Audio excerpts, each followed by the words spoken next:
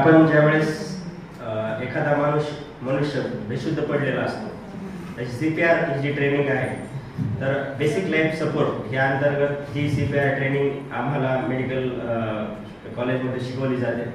त्याचा प्रमुख उद्देश असा असतो की जर एखादा माणूस बेशुद्ध पडलेला आहे किंवा एखादा माणूस बुडालेला आहे किंवा एखाद्या माणसाला करंट लागलेला आहे आणि करंट लागला आणि त्याचं हृदय बंद पडलं, तर त्या माणसाला आपल्याला वाचवता येतं. तर CPR जो आहे हा खूप बेसिक टेक्निक आहे. ही बेसिक टेक्निक जर आपल्याला माहीत असली तर आपण एखाद्या माणसाचा जीव वाचवू शकतो. तर CPR देण्याच्या अगोदर आपण काय करायचं की एखादा माणूस बेशुद्ध पडलाय, पण बेशुद्ध पडल्यानंतर सीन सेफ्टी हा एक प्रिकॉशन असते. ज्यावेळेस सीन सेफ्टी BS आहे, बेसिक आपली पण प्रिकॉशन आपण घेतली पाहिजे. एखादा माणूस बेशुद्ध पडला, तुम्हाला CPR माहिती आहे, तुम्ही लगेच गेले आणि त्याला CPR देत बसले, असं नाही करायचं. अगोदर त्याचा जो एरिया आहे तो बघा, तो कोणत्या एरियामध्ये आहे. जर तो सेफ एरियामध्ये नसेल तर त्याला सेफ एरियामध्ये घेऊन या. सेफ एरियामध्ये घेऊन आल्यानंतर पहिल्यांदी आपल्याला त्याची पल्स चेक करायची. पल्स चेक करण्याचे 2-3 प्रकार आहेत, पण आपण जनरली आपल्या म्हणजे बेसिक जे माणसं आहेत, म्हणजे कॉमन पीपलला पल्स ही रेडियल आर्टरी आपली ही जी अंगठा आहे, अंगठ्याच्या साईडला इथं आपण पल्स चेक करतो. तर ही पल्स चेक करायची. त्याच्यानंतर नाकाजवळ आपला हात घ्यायचा आहे. हात घेऊन त्याचा श्वास चालू आहे का हे बघायचं. किंवा मग आपल्याला अजून एक बघता येतं की आपण श्वास घेतोय, ईच अँड एव्हरी रिस्पायरेशनच्या वेळेस आपला जो चेस्ट पोर्शन आहे तो वर येतो. तर हा रिस्पायरेटरी रेट किंवा चेस्ट पोर्शन जो आहे तो आपल्याला बघायचा आहे, त्याचा चेस्ट पोर्शन खालीवर होतोय का. हे 2-3 साईन जर आपल्याला नाही दिसले तर ह्याचा अर्थ आपण समजून घ्यायचा की त्याला तो पल्सलेस आहे आणि आपल्याला ह्याला जीव वाचवणं सोपं आहे. म्हणजे ह्याला CPR आपल्याला द्यायला पाहिजे. तर CPR देण्याच्या अगोदर त्याचा एअरवे बघायचा आहे. हा जो आहे आपला नाक आणि तोंड, त्याला एकतर हेड अप असंही करायचं, म्हणजे त्याच्या एअरवे मध्ये काही अडकलेलं असेल तरी ते व्यवस्थित त्याला श्वास घेता येईल. समजा कधी कधी आपल्या घशामध्ये काही अडकलं तरी पण आपल्याला श्वास घेता येत नाही आणि बाकीचं तुमचं बंद पडतं.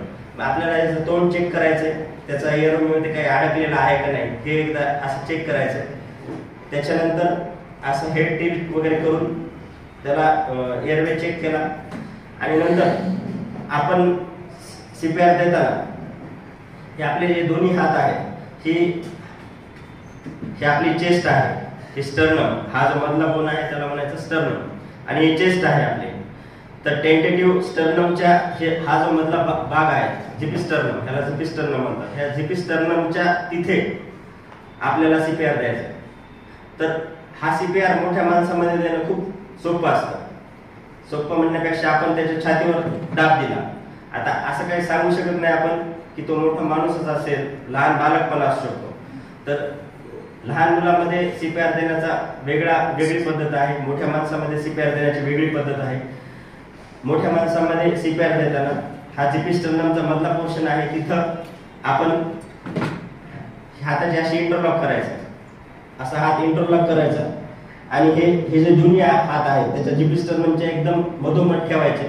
मधोमध ठेवून साधारण 1 मिनिटामध्ये 100 कॉम्प्रेशन द्यायचे आपल्याला.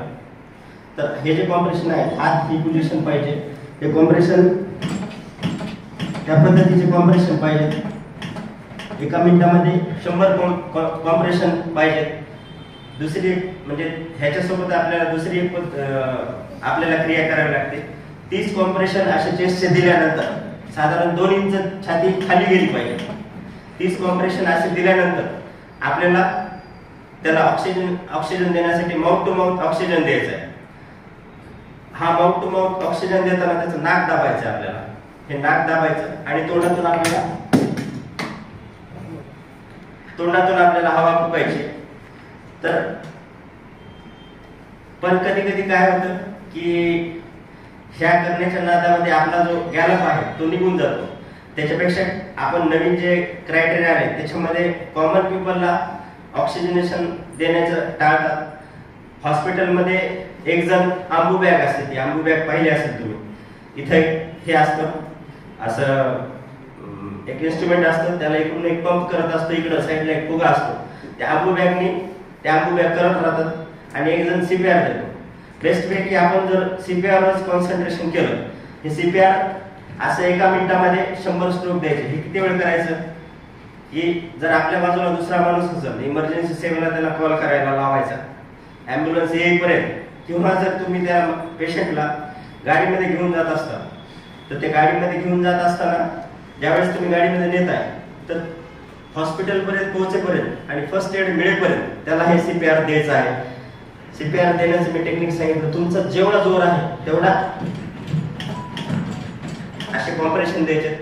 कधी कधी हा सीपीआर देताना ते पेशंटची रीप पण तुटते, पण तो पेशंटची रीप जरी तुटली तरी आपल्याला त्याचं हृदय महत्वाचं आहे. रीप तुटल्यानंतर आपल्याला त्याला ट्रीटमेंट बाकीची किंवा सर्जरी वगैरे करता येते. आणि बेस्ट सीपीआर तोच आहे की जर समजा आपण सीपीआर देताना समजा एखादी रीप जरी तुटली तरी तुम्ही रीप तोडायचं नाही आपल्याला, पण एखाद्याच तुटू शकते, कारण तुम्ही पूर्ण दाब देताय त्याच्या शरीरावर. अशा पद्धतीने दाब दिल्यानंतर त्याचं जे बाकीचे हे आहे हृदय चालू होतं, हृदय पंपिंग करायला लागलं की मग ते फुफ्फुसाकडे ऑक्सिजनेटेड ब्लड ट्रान्सफर करतं आणि मग फुफ्फुस चालू होऊन जातं आणि त्याचा श्वासोच्छवास चालू होऊन जातो. ज्यावेळेस त्या पेशंटचा श्वासोच्छवास चालू होतो त्यानंतर तुम्ही सीपीआर थांबवायचा. कधीपर्यंत सीपीआर करायचा, समजा तुम्हाला हॉस्पिटलमध्ये जायला 5 मिनिटं लागली किंवा 15 मिनिटं लागली, तर तुम्ही सीपीआर हा कंटिन्यू करायचा. समजा 5 मिनिटांमध्ये तुम्ही थकले, तर दुसरा एखादा कोणीतरी इमिजिएट तुम्हाला मदत करणारा माणूस पाहिजे की त्याला सांगायचं हा सीपीआर कंटिन्यू करत राहा.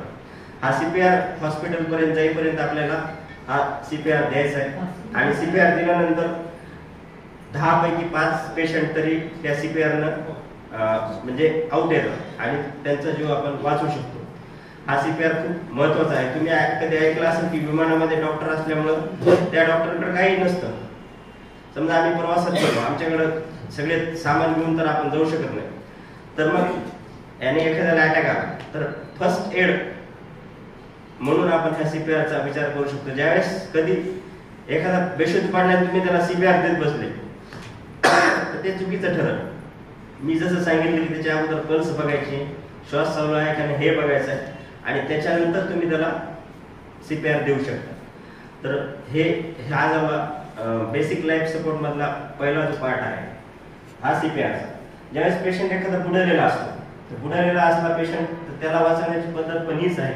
बरेचसे जण काय करतात, त्याला पालथा टाकतात, पालथा टाकून त्याला पाठीच्या साईडनं पाणी काढण्याचा प्रयत्न करतात. ती चुकीची पद्धत आहे. किंवा पोटाच्या दाब देतात पाणी काढलं, नुसतं पाणी काढून काही होत नाही. ज्यावेळेस ऍस्फॅक्सिया होतो त्यावेळेस अगोदर फुफ्फुसामध्ये पाणी जाऊन राईट लंग मध्ये पाणी जातं आणि मग आपलं हृदय पण बंद पडतं.